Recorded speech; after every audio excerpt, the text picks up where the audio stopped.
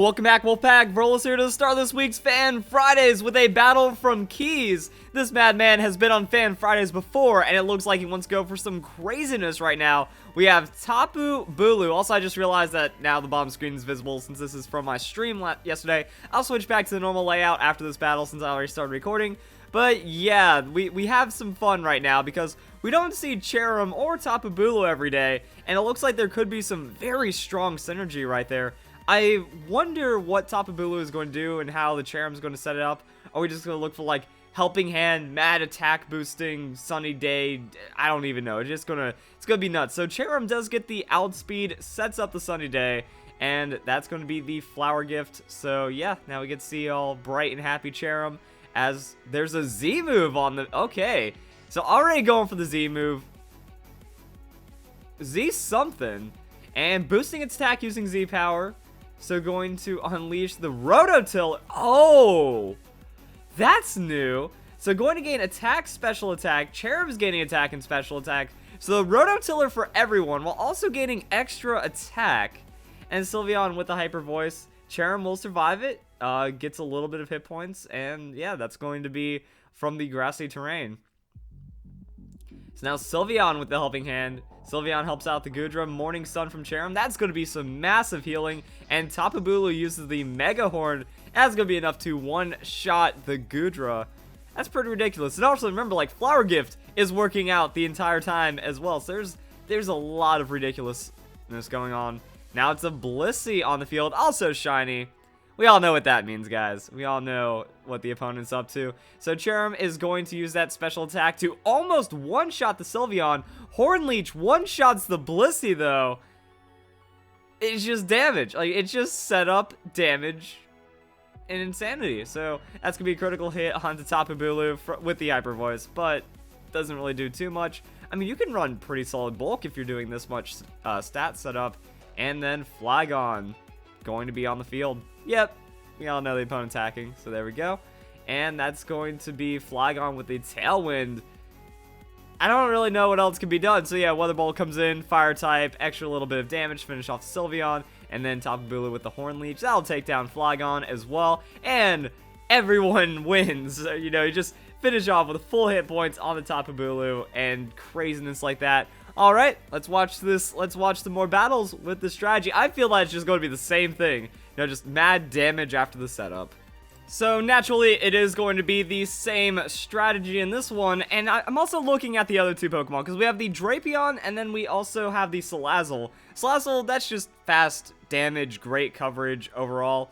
I don't know if it has anything crazy or tricky that it wants to do. Maybe just like Poison Gas to kind of help with everything else going on. But then the Drapion, that could just come in and be like, oh, by the way, Acupressure. And then Acupressure, and then Tapu Bulu's getting even more stats. I was also looking into the stats of Tapu Bulu, just kind of refreshing my memory on those. And Tapu Bulu has a 115 on defense, so when you're pairing that with the Flower Gift, it's all really good. So Pidgeot will go for the Mega Evolution, and I wonder also how the opponent's going to respond, because like Pidgeot has an opportunity to nuke out something with a Hurricane, but is it going to be Cherrim for potential support, or Heat Wave just to do that? But that's going to be split damage, and it's not going to work out.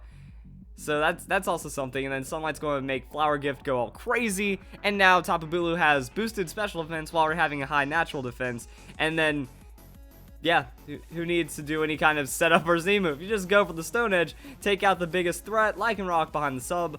Not really going to matter in the end because you can just stack a lot of damage onto it. We know Cherrim, it can either support or can heal itself back up to full health. Everything's just looking solid. Like, that's pretty much how this plays out. Just solid overall. I love it. And Cherrim is not a Lolodex, I believe.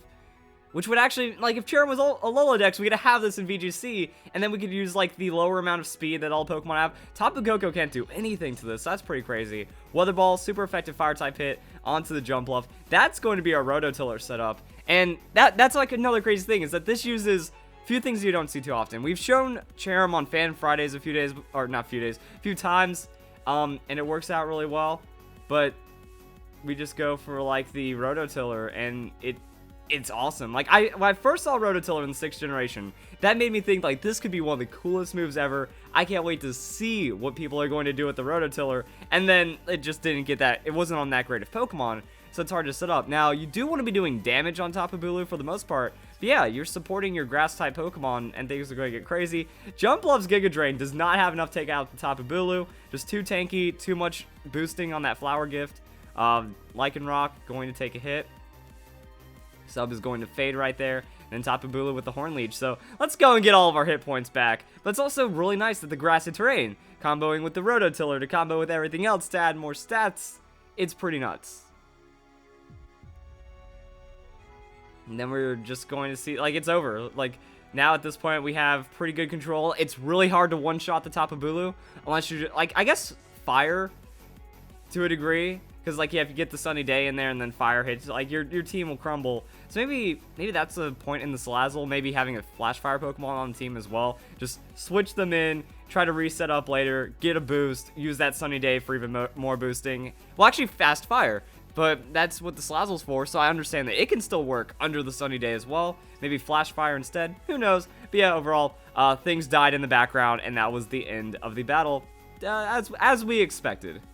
And it looks like I get an answer to my question in the last battle. There's also a Pelipper on Key's team. He'll probably also maybe comment down below, seek out his comment. Maybe I'll try to pin it if he talks about like what team he fully on used. Because now I can understand that if you see too much fire or like an obvious Pokemon that the opponent's going to bring on the team, just switch in Pelipper. That the Sunny Day, that doesn't really change too much. It's mostly just for the Flower Gift, so a little bit of extra attack. But once you have Rototiller up, that's still going to be a lot of boosting. It boosts special attack and attack, so it gives you a lot of freedom with that Cherrim, but you can even switch out Cherrim, keep the stats onto your Tapu Bulu, also gaining attack from a Z-move. So there's a lot of crazy things that can happen. They just bring in Pelipper. Now it's raining. Now the Fire-type hit becomes a neutral hit. Pelipper tanks it up, and it gets to do whatever it wants. Maybe that's a tailwind. I don't know, but this battle is at least 9 turns instead of 5 turns.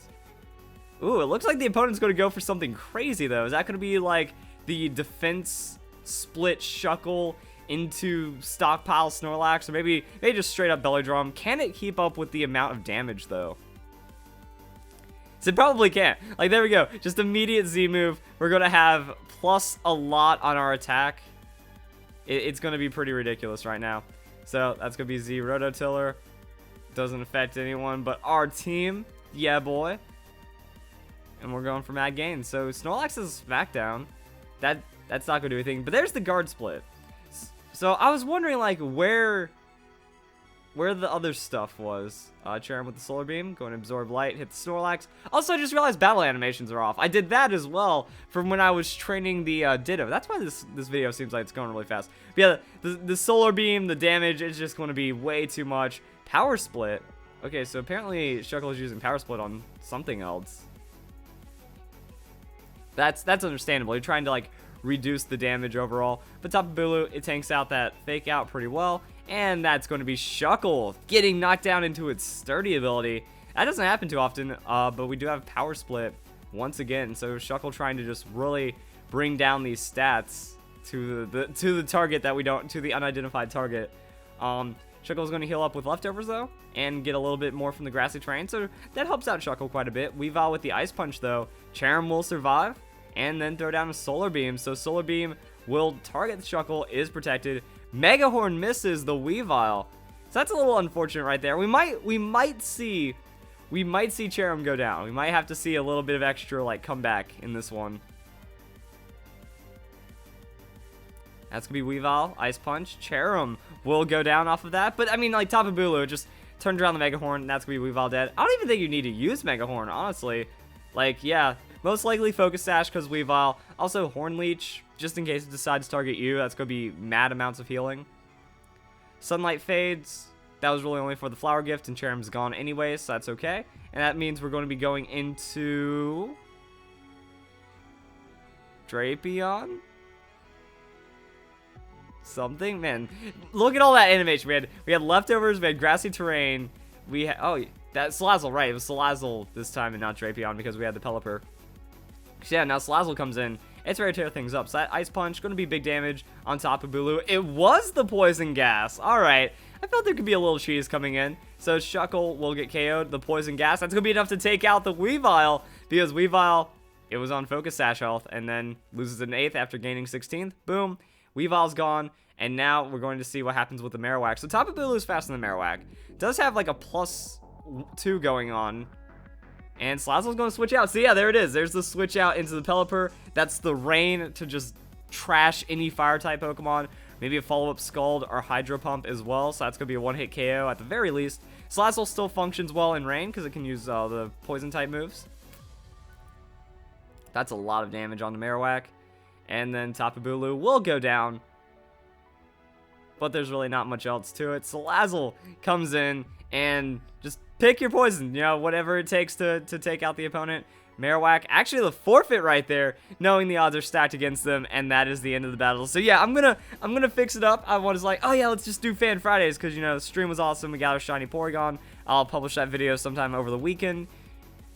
And I think that's kind of all there is to say about that. I'll do the options and all those other changes, and then we'll be good to go. So if you guys enjoyed the start of Fan Fridays, you got to see a fun little combo, and I'll see you in the next one as well.